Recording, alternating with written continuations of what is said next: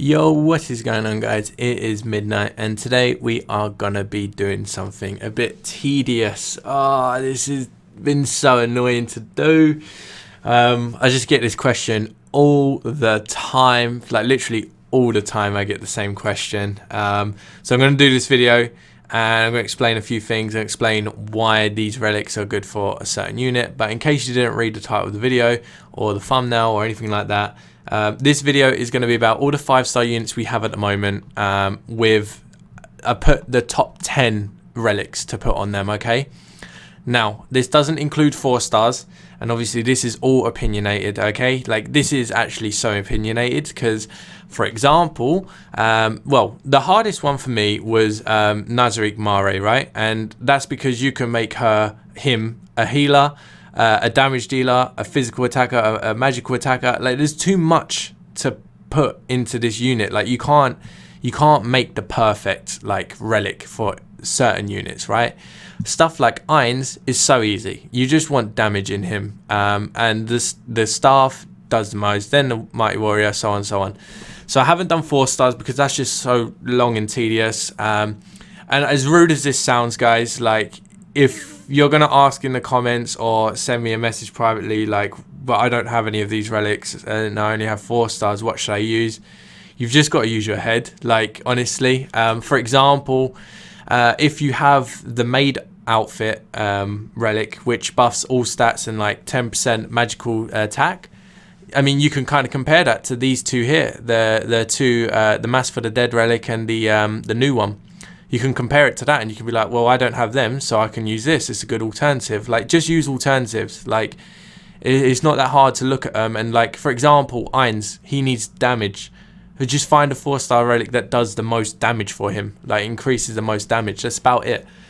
But without further ado, I am going to start getting into this and I'll kind of explain my thought process throughout the list. Now, we'll start with Ainz. So Ainz, as I've said several times, you want to make him all about damage. So the best relic for him is the guild staff. Does a lot of damage for him, increasing that magical attack by 20%. Mighty warrior is very good. It increases his attack by like 2,400. Now I put this relic, the blue rose one, in front of the Mass for Dead in every single one of these, quite simply because everyone can get this relic to level 100. At the moment, no one can get this relic to level 100. Everyone can get it to level 60. Excuse me. And since this one buffs the same as this, and physical attack on top, even though this unit doesn't use physical attack, this relic, it has slightly lower stats at max level to the Mass for the Dead one. However, it's impossible to get the Mass for the Dead one maxed out at the moment, right? So if you're on JP and you have the Mass for the Dead relic maxed out, then this one would go ahead. But at the moment, because you can't get it maxed out, this relic is better, because you can get it maxed out and it's free to play as well. So those two will go there because they buff all of his stats as well as his magical attack.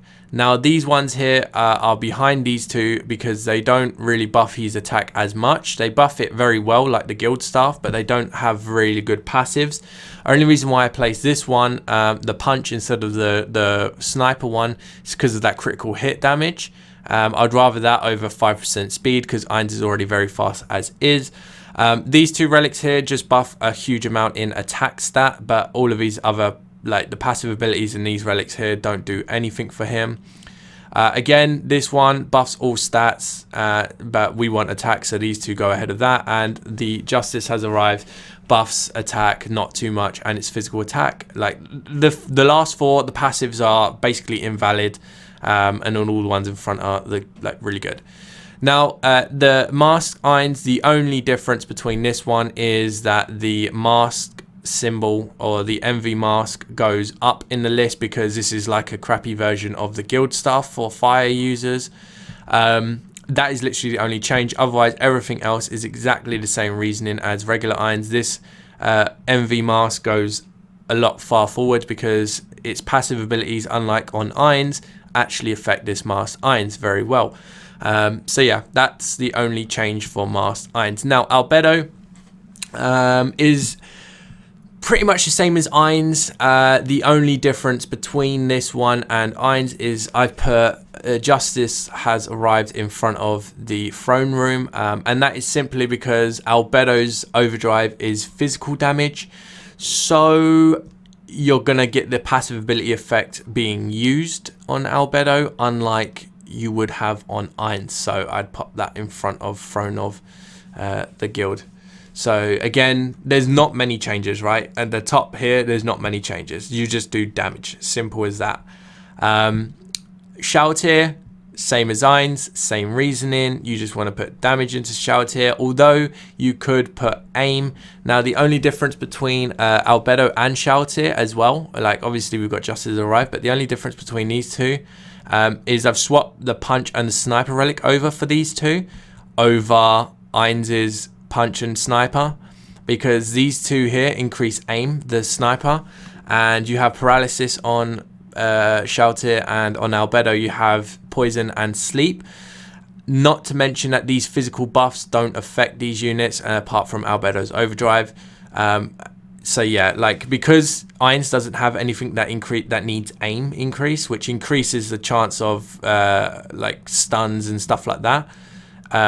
We just want that critical damage buff that this does, but because this one increases speed and aim, that's two benefits over just one critical buff on these two units. So there you go, that's my reasoning for this. I mean, the only thing you could possibly change is Albedo's sniper and punch around if you really care about overdrive that much, but in my opinion, I think I would rather have aim for the two abilities that Albedo uses over the top of that overdrive extra damage that this skill does, but it's very minimal. So again, like pretty much the same as Ainz at the top. That's the only real change there because of the paralysis skill. Demiurge, exactly the same as Master Ainz, so not really going to talk about him too much. Now, like again, talking about 4-star relics, you've got that fire relic that you get from the Abyss shop, which would be up here somewhere for these two units, like in the top. But again, I'm not adding 4-star relics. It's just too long, too tedious. Like, you're just gonna have to use your head for that one. Now this is where the list starts getting different. So like these 5 units here are all pretty much identical to one another. So Master Ainz and Demiurge, and then the other 3 are pretty much identical. Aura. Aura is a bit of a sticky one to kind of go about, because Aura, you're not really, obviously you want damage in Aura, but you also really only use this unit for that Petrify skill.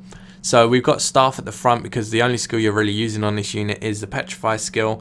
And Mighty Warrior increases damage again. Now, again, we want aim more than critical hit chance. And these two relics actually do help Aura with standard attacks and skill 3 because they're all physical as well as overdrive. However, the Petrify skill is a magical attack, so that's why the Staff's at the top. And these two relics are sitting a little bit back because obviously they're going to increase the damage, but they're only really going to be amazing. Like if you're not using this Aura for Petrify, these two relics would be at the front, right? Because they're going to help with all of these other skills. But because this one increases his Petrify damage, like his Petrify skills damage, that's why it's at the front for me. But yeah, this one over the top of the punch because this one increases aim as well as speed, so we can get that Petrify land a lot more often than not. Mask of Envy again increases attack, which is really good, and also increases aim, so that's why it's above most of these relics here. This one here, the Blue Rose and the Mass for the Dead, this one goes ahead mainly because this one can help this unit with every single one of these skills because it increases magical and physical attack, and all stats in general. This one, same thing, but only magical attack, so good for the Petrify skill. Justice has arrived simply because of the passive physical increased damage. This one here just solely because it increases her damage. Passive is completely irrelevant. Like this skill is only here because it increases quite a lot of damage, but the passive ability is pretty shocking.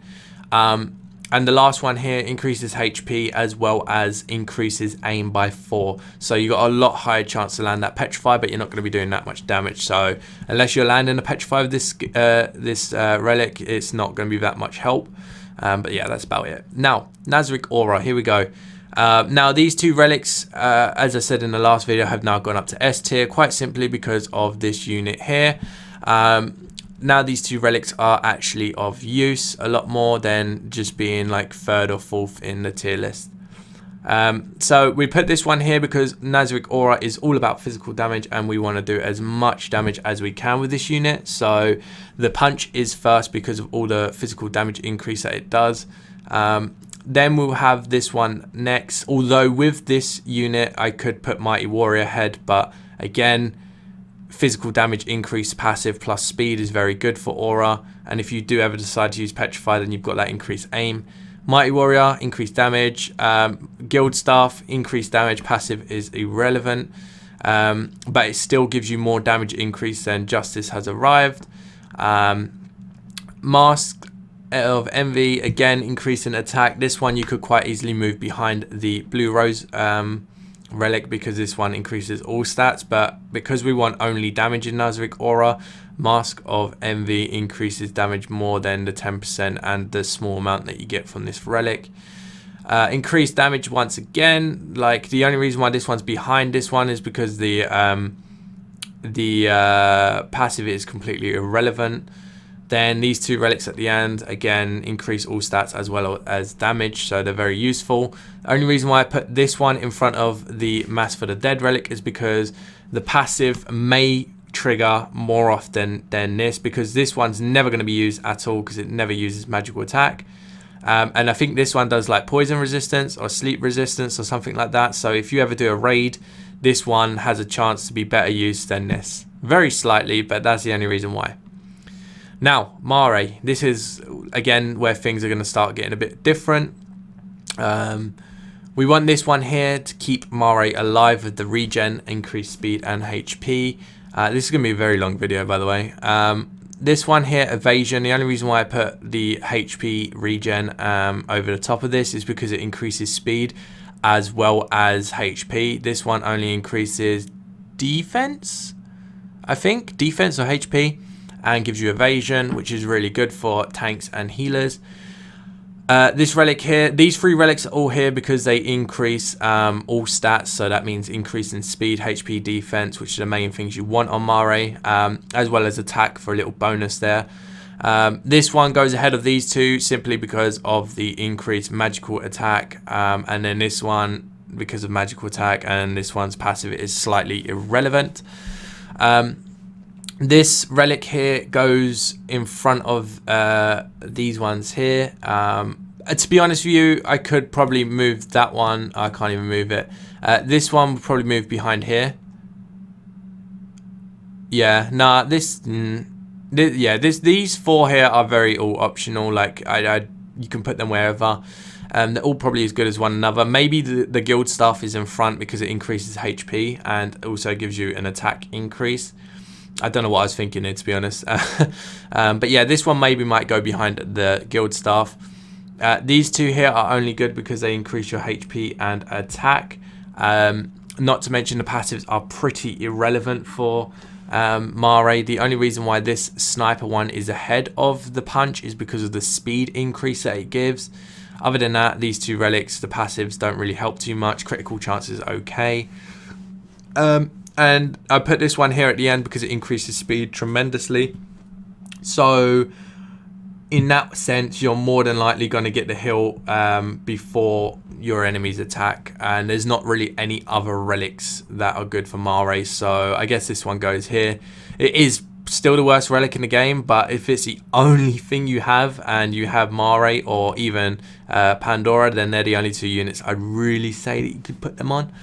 Now, Nazem Mare is the most annoying one to do all of this stuff on. Now, Nazem Mare, if I remember correctly from looking at all of her stats and everything, she does physical, magical damage. She's a healer. So you want survivability, you want physical damage, you want magical damage. Just so much different you can do on this. So like the single target skill is physical damage. The AoE skill is magical damage, and she has a healing skill. So you can play Mare in very versatile. You can pick whatever route you want. So on this one, personally, I put these two at the front here because I think the magical skill is a little bit too costly to focus on the magic damage on this unit. I would probably focus on physical damage, so which is a single target skill for chaos fields and stuff. So in my eyes, I'd put these two in front. Now he doesn't really benefit from aim, and the speed is very minimal. So you just want to go all out damage in that first skill. These two here, I mean, you probably could swap Mighty Warrior for the guild staff here actually. Yeah, so I'd probably swap the Mighty Warrior around because increased damage, which will help with both skills and normal attacks and overdrive. This one here will help with the AoE attack, which is, if you want to go in for that route, then it's really good. Then I've got the dodge over the healing, because this unit, unlike the regular Mare, has actually got decent stats. So you don't really need to stay alive. You can actually chuck that away and go for the risk all or nothing dodge. So yeah, these two are for when you want to play as a healer role. And then these last three are just all for versatility, increasing damage in physical attack here.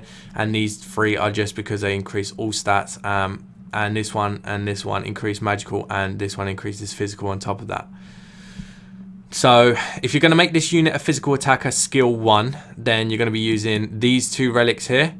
Justice has Arrived is a good one, and this one here. If you're going to be using it as a healer, then these two in the middle are going to be good, as well as these three that use all stats increase. If you're going to use magical attack, then the guild staff is good, which is the AoE attack. Mighty Warrior is good for any build that you use on this unit, so it probably should be a bit higher, to be honest. But yeah, like that Mare is very optional. Cocytus, pretty much the same as the Nazem Mare. Only real difference I can tell off the top of my head is because I would put Mighty Warrior in front of this one here, because you don't really need aim on this unit. You get a nice little speed boost, but at this point in time, Cocytus is so slow, there's no saving him with speed at the minute. This one goes all out damage, all out damage, all out damage with a little speed boost. Guild staff, all out damage plus a health increase, which he will need because he's too slow. All out damage plus increase in all of his stats, which are pretty good. Damage and defense and increased physical attack, once again, is really good. This is only for damage, really, nothing else. Damage, nothing else, all stats. But we want more damage, so these two relics are ahead of this one. And this one, again, same reason as Nazem Mare. This one's behind this one because he doesn't use any magical skills at all. So getting that poison, sleep resistance, whichever one it is more beneficial than not having any benefit at all. Jesus Christ, this video. Oh, this is killing me. Right. Sebas.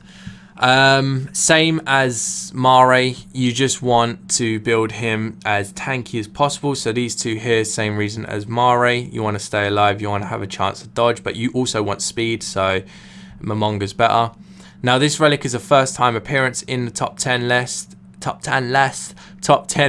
and that's only because it increases the amount of health that he receives from healing. So this is why I put it on Sebas, because he's a tank. He's going to be taking a lot of damage. So you want to increase heal and increase his speed, which is amazing. Now, two physical attacking relics. Once again, he's a physical attacker. So these are for survivability. These are for dealing damage. All of these relics after this point here. This one I picked over the top of this because, again, like aim. Oh, do you know what? Again, I made another like minor mistake. You'd probably put the Shizu one in front of the Alpha because he has ceiling on his attack. So I would swap that around. But then again, situational. If you want to deal more damage, then deal more damage. If you want to have a chance to seal more often than not, then do that. Mighty Warrior, just for damage. This one for the versatility, as well as a mass for the dead one. However, because he's a physical attacker, this one's ahead of that one. Justice Arrived, again, does physical damage and increases attack and defense, which is good for a tank. The staff is at the end simply because it increases attack and also the health. But other than that, passive is pretty useless. Only reason why the mass for the dead one is in front is because I would rather have that extra speed over the top of all that health that you're getting. Because you want to land that taunt as quickly as you can in Chaos Field and all other endgame content. I don't know why it says Pandora, but yeah, Pandora. Again, this one was pretty tricky to do, I'll be honest with you. We want to stay alive. He's got really bad stats, so we want to stay alive with this one here, and we also want really good speed on this unit because we want to land the buffs and debuffs as quickly as we can. This one here is because of increase in speed and all other stats, as well as increase in damage. At this unit, you don't want magical attack, you want physical attack, because you never, ever, never do you want to use that skill that costs 5 MP and it's magical damage. His overdrive is physical damage, so I guess physical damage is more beneficial than magic. Again, the healing relic for speed and tankiness, as well as being able to be healed more often than not by these two, as well as Lakyus. Dodge, we just want dodge. These two, because of the versatility, are here, increasing that speed and all other stats. Again, all of these 3 relics here are just because of increased physical damage on his overdrive, as well as his standard attacks. I put this one at the front of both of them because it increases more HP and more attack than the 2 of these, as well as the fact that it increases speed very slightly, which Pandora needs a lot of speed at this point. Like he's like Cocytus, there's just no saving him with speed. And lastly, I've got the speed relic here, which is only because this increases his speed tremendously, which is what you need. But again, it's at the end because it doesn't really have a good passive, and it doesn't increase any other stats besides from speed. Rightio. Neuronist, pretty simple. Now this unit, I think is it, let me see. Yeah. Okay, cool. So this one's pretty much the same as Ainz. I'm not going to talk about this unit too much, as well as Evil Eye. You just want damage, which is why these 3 are at the front. These 2 are after because of Neuronis's overdrive is physical damage, but all the other skills are magic. So that's why these 3 are ahead of these 2, because all the other skills are magic attack. The only thing that's physical about her is her overdrive. So these 2 would go here, but they obviously, this one will go in front because of aim increase with that one skill that has a chance to paralysis and sealing, which is pretty good, as well as speed. Critical chance is okay. This one here solely for the increase of damage, as well as the aim for that skill once again. So the aim on this relic is really useful. This one, the versatility, as well as the magical damage increase, which is really good for this unit. Again, straight up damage buff, this one. The next one is solely because of the increase in aim. So if you want to play this unit as a support, this relic would be good for that, but otherwise you're not going to do much damage with her. Again, this one here, versatility. I'm not going to talk too much about Evil Eye. She is literally the same as Ainz. The only thing that's different between her and Ainz is the fact that Ainz does much more damage. However, Evil Eye has 5 MP cost for her AoE.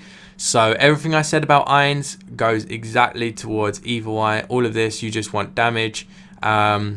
And she's pretty much like a cheaper version of Ainz, but weaker, right? So exactly the same relic order for her and Ainz, if I'm correct. Lakyus is another tricky one. Personally, I would build Lakyus as a support. I wouldn't really build her as a damage dealer. So this one here, so she can heal herself, because she only has single target healing. Having the ability to heal herself and then you can heal someone else would be very useful. So that relic goes there for me, as well as speed increase and tankiness. This one here, versatility, dodge relic after, because again I would rather have speed, so I put this one in front. This one and this one, because she's a physical attacker, this is why the throne room goes in front of Mass for the Dead. I've got the healing relic here solely for speed, and if you ever do decide to heal yourself, then you're going to have a 20% increase on that. In case you guys don't know, this relic doesn't increase the amount of healing that you do. It increases the healing that you receive, okay? So yeah, I'd recommend to kind of pop that on your unit that you're going to get healed by a lot. These two here are solely because in case you don't want to build it as a tank support, which all these relics here are more focused on, then these are going to be good for dealing damage, all 4 of these relics here. So yeah, I mean, that's pretty much it. Do you know what? I'd probably swap this relic here at the end for Mighty Warrior. But yeah, other than that, like if you decide to use damage, then these 3 relics, sorry, are good. This one here goes in front because of the speed. And Mighty Warrior would be at the end. But yeah, Jesus Christ. Now, do you see why I didn't do 4-star relics? It was too much. Like, I just can't. Like, oh, my throat's going numb. But yeah, guys, those are like the top 10 relics, right, at the moment. And these are going to be the top 10 relics for probably a while. There might be like 1 or 2 changes when new relics come, because we're not going to get many of them. These are all the relics that I'd recommend for the 5-star units we have at the moment. Now, when more units come out, I'll do this for them when they come out, so that you guys can have a better, clear understanding of the units. So for example, let's say, I don't know, Clementine came out tomorrow. I would do this for Clementine as well as talk about her tier list. Now, tomorrow's video is going to be about the tier list with the units, explaining why each unit is placed in a certain place, when they're going to move up, when they're going to move down, so that you guys can understand that. And I feel like this is a routine that we're going to have when every unit comes out. Now, this image here, I've downloaded it and it is really small. So I'm gonna, I don't know what I'm gonna do. In the Discord, I'm probably gonna put it in there. So if you want to have a look at this image, then have a look in the Discord. But yeah, besides from that, I think that's it, right? I honestly think that's it. Now, if you have any questions, then obviously you can ask. But if you're going to ask me questions about 4-star relics, I hate to sound rude. I'm not going to answer to you. I'm just going to ignore you. Like, you can just use your head. I know that for some of the 4-star relics would be in the top 10 over the top of these 5-star relics, but it's just too much time. Too much time to put all these 4-star relics in there. And most people just want 5-star only ones. Just use your head. That's it. Just use your head. Just compare that 4-star relic to the 5-star relic. If it does pretty much the same thing, then replace it with something here. But yeah, hopefully this video helps, because we've been getting so many questions about this. I don't know how long this video is, and I can assume it's long. But yeah, hopefully this video helps. If you have any questions, then do ask. But most of this stuff is very opinionated. But most of it also is not really opinionated. Like Ainz is just pretty, is given. Things like Mare, Pandora, Lakyus, and Nazem Mare, they're pretty situational. Like if you prefer to have that dodge and have less speed and less healing, then do it. But in my eyes, you want speed on healers and tanks, and you want to be healing yourself with those 2 skills. That's why I put that at the front. So hopefully this helped, guys. Take care. Peace out.